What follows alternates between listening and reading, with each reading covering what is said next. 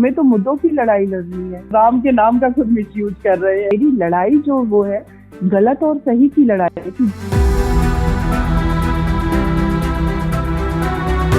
आप राजनीति में ऐसा क्या करेंगी जो आपको लगता है कि आप एडवोकेट होते हुए नहीं कर पाएंगे?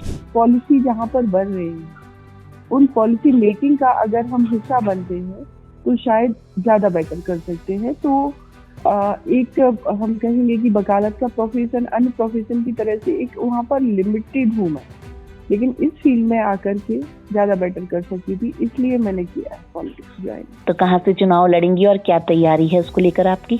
कि अभी मेरा ऐसा कोई भी इरादा नहीं है और ना मैं इस इरादे से पार्टी ज्वाइन की है कि मैं इलेक्शन लड़ूंगी। लेकिन पार्टी अगर मेरे लिए कुछ भी बड़े वरिष्ठ जन है जो पहले से काम कर रहे हैं 25 से 30 साल से सीनियर्स है, अगर वो कहते हैं मुझे कि आपको सीमा जी यहाँ से चुनाव लड़वा रहे हैं, हम लोग लड़ना है आपको और आप उतरिए फील्ड में, तो डेफिनेटली मैं जाऊंगी। लेकिन मेरा अपना इस तरीके का कोई भी इंटेंशन नहीं है कि मैंने पार्टी इसलिए ज्वाइन की कि मुझे चुनाव में।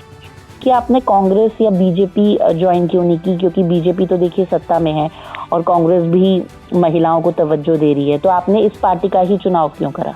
देखिए, सत्ता में अगर जो पार्टी है और कहीं ना कहीं मुझे लगता है कि उस पार्टी को जो और महिला सुरक्षा पे इनिशिएटिव लेकर के काम करना चाहिए था वो नहीं थी। तो वो पार्टी भले ही पावर में बनी रहे, उससे मुझे कोई लेना देना नहीं है। मेरी लड़ाई जो वो है गलत और सही की लड़ाई है कि जो जिसके साथ गलत हो रहा है मैं उस वर्ग के साथ खड़ी हूँ। और जो पार्टी ऑलरेडी रूलिंग पार्टी है और उस पार्टी के साथ हम जाकर के क्या कर लेंगे?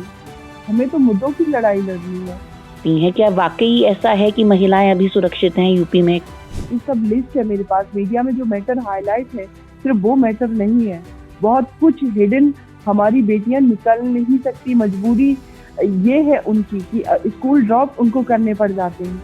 कैसे महिलाएं सुरक्षित हैं? और बता दें कि उन्होंने महिलाओं की सुरक्षा के लिए किया क्या है। सीमा जी, हाथरस के पीड़ित परिवार को कांग्रेस ने टिकट देने के लिए अप्रोच किया था, लेकिन उन लोगों ने मना कर दिया। क्या आप से संपर्क करा था उस परिवार ने उस टाइम पर? मैंने देखिए, मैं हाथरस जितना भी मेरे पास केस है और इवन हाथरस केस की भी बात करूं, मैंने उनको फ्री रखा हुआ है। ये सारे डिसीजन उनके होंगे कि वो क्या करेंगे क्या नहीं करेंगे। मैं उनका केस पूरे शिद्दत से फाइट कर रही हूँ और वो परिवार मुझे बहुत रिस्पेक्ट देता है, सम्मान देता है। बाकी उनका फोन आया कि मैम मैं क्या करूं, मैंने कहा ये आप लोगों का डिसीजन है, आपको क्या करना।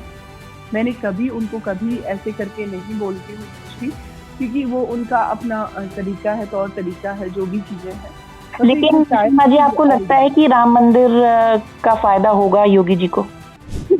बिल्कुल भी नहीं होगा, 1% भी नहीं होगा, क्योंकि उनको खुद उनको भी ये पता चल चुका है और ईश्वर राम को भी ये चीज पता चल चुका है कि वो उनके मंदिर के नाम पे गॉड राम के नाम का खुद मिसयूज कर रहे हैं। तो इसलिए इनको कोई बेनिफिट नहीं होगा। इवन आप देख ही रही हैं कि वो मुद्दा गायब है मीडिया से। शेयर और डाउनलोड करें दैनिक भास्कर ऐप।